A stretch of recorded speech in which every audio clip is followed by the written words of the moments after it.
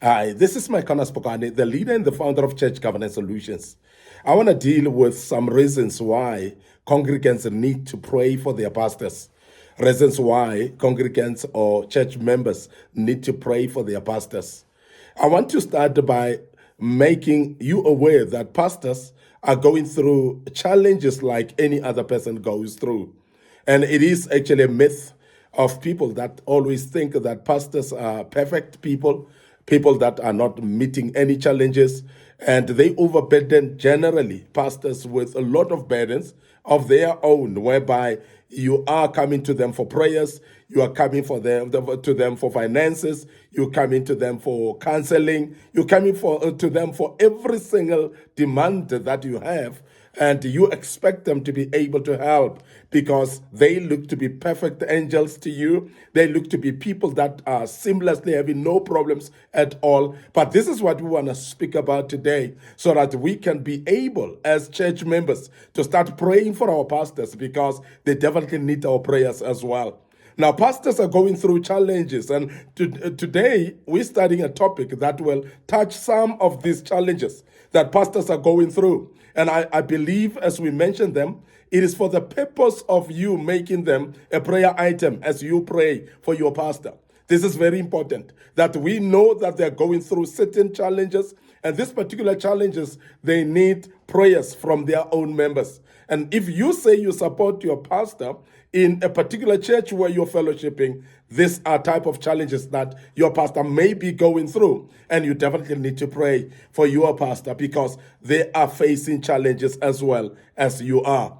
Now, one of the challenges that some pastors are facing is what we call sickness or diseased or infirmed spouse, sickness of the spouse, whereby you find that this pastor who's having a spouse who's very sick, a spouse who's been diagnosed maybe chronic sicknesses and so on. And that becomes very difficult and draining.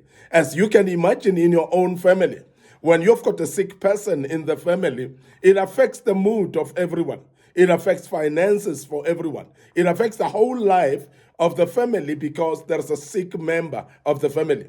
Now, the same when the pastor is having a sick wife, for instance, or a female pastor having a sick husband, for instance, who's going through medical problems, who's going to clinics and hospitals every time, who's actually on a very, very high medical bill, actually, who's supposed to be supported, who's supposed to be taken care of, it becomes a burden. It becomes heavy for the pastor as well. Now, it drains them spiritually and it drains them emotionally as well. And you have realized that when somebody is sick in the family, it actually affects, as I said, also physically, that others then start slowly getting sick as well. The reason is because when you are drained as a family emotionally, when you are drained as a family also psychologically, it actually affects the body as well. And some start actually contracting sicknesses and diseases amongst the members of the family.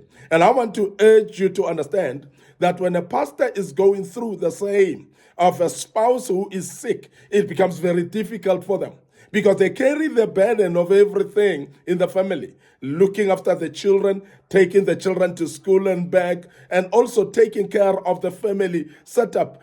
On top of that, taking care of the sick spouse in the family. And this is very burdensome, and you can ever imagine how difficult it is. But the other side of it is that God is a healer.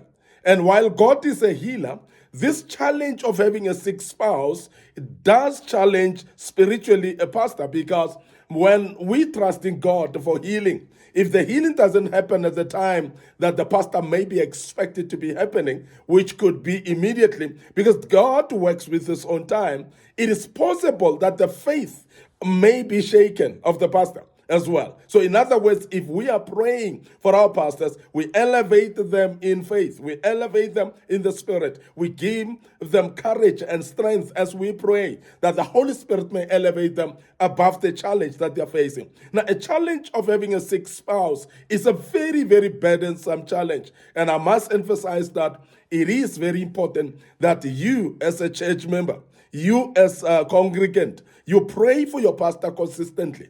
And also, while you're praying for the pastor, pray for the spouse, for the healing touch of the Lord upon the spouse. Pray for divine health upon the spouse. Not only the spouse, but also including the children as well in the family.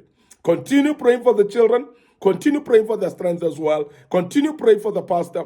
Pray for the pastor's strength as well. And resilient in faith as well. As I've said, that it may be a shake-up to the faith of the pastor as well, while they are trusting God for healing. But when healing is not forthcoming, it becomes a challenge, because it may actually plant some seeds of doubts in the mind of the pastor, where he start wavering, not trusting God enough for the healing of the spouse, because it might have taken quite a while the spouse is sick. So I want to emphasize this. It is very important. It happens to pastors as well as it happens to you. So please, if your pastor is having a sick spouse, support them more than actually burdening them with the load of the church or your own personal load.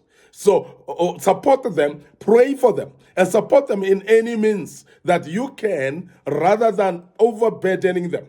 And I know that we need our pastors to assist us, to support us. We need them. But if they are carrying a load of their own, especially in an area where there's a sick spouse, so please don't overburden them. Support them instead and continue praying for them as well. The other challenge that pastors are going through, which is real as well, which is very important for us to understand, is what we call personal struggle with sin. Personal struggle with sin. As much as you as a congregant might be going through a struggle in a certain area of your life, it is possible that your pastor may be having an area of their life where they are struggling as well. And this is very important. Instead of condemning them, if you are aware of the area that they're struggling in, it is very important for you to pray for them, to support them as well in this area. Because as a human being, the pastor is going through what you're going through as well. As much as this is a man of God or a woman of God, called of God, there are still areas that they're struggling with as individuals as well. And that needs to be understood so that you can continue praying for your pastor as well in this area, because they are struggling with an area where they need support in prayers.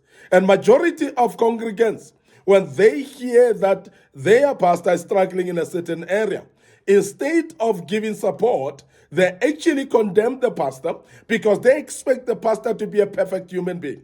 Can I emphasize that as much as he is or she is somebody who is a model for us, somebody who is actually a role model that we look up to, it is still possible that they are going through struggles of certain areas of their lives that we need to emphasize. That prayers are therefore very important, because people are going through what they're going through so that they may see the hand of the Lord, that they may see the deliverance of the Lord, that they may keep remembering that this life that we're living in, we need the help of God. We cannot live on our own. Now, just the mere fact of somebody being ordained to be a pastor or called in the work of God doesn't necessarily declare them to be perfect in this world. It's actually an area of concern when churches or congregants start believing that their pastor is this perfect human being that is actually extraordinary and cannot be touched by any challenge of this world. Challenges still come to pastors as well, and therefore when a pastor is going through a challenge, they need to be supported. We have seen in several churches that have actually crumbled and fallen is because it has emerged that there's a scandal maybe within the pastor with a certain area of his life that has actually exposed him. And in that regard, we have seen members walking away from that church instead of actually supporting the pastor, praying for him. Because there's a difference between somebody who has chosen to live in sin and somebody who has actually fallen in sin because they've been tempted just this one time. So this is very important then, as matured Christians, as matured congregants, matured church members, to understand that a pastor may actually fall into a certain area of fault in their lives. They may actually fall short in their area areas of life whereby they fall into sin as well, but they need, instead of being condemned, to be supported. And continue praying for them. Support them also if you are having access to them with counsel. Give them counsel, give them advice, encourage them as well. Make them aware that you are actually supporting them and you're praying for them so that they can stand up as well, because this journey needs support from every angle.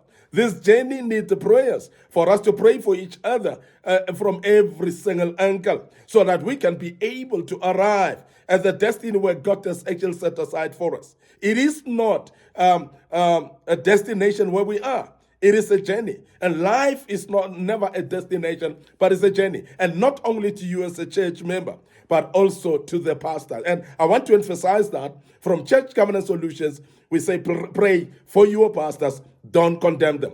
They are also facing challenges as you are facing challenges. But the other thing that we want to emphasize is don't overburden your pastor when you realize that they are facing challenges of their own. So therefore, it's very important that we keep supporting them and making sure that in those challenges that they're going through, we are still there for them.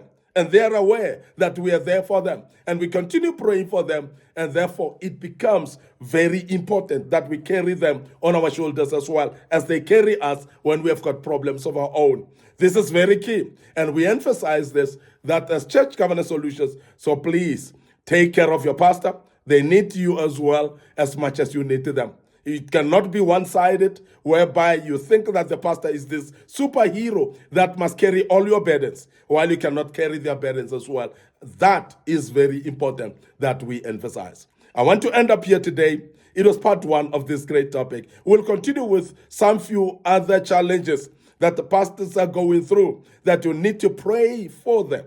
And tomorrow, we'll deal with the part two. So as we check out right now, we want to remind you of our Facebook page, Church Governance Solutions, our Facebook page, Micornus Phokane. Like those pages, please. Make sure that you follow us there. Click notification buttons as well. Don't forget our TikTok account under Micornus Phokane. Don't forget our YouTube channel as well. It is under Young Men Empowerment Forum, and another one under Micornus Phokane as well. So please subscribe to these YouTube channels. Make sure that you click notification buttons. You will be reminded as we post other videos on. So I want you just to join us, please, if you can, tomorrow as we deal with part two of this great topic. And I hope the good Lord will bless you today. Until we meet again tomorrow, allow me to check out right here and say cheers for now.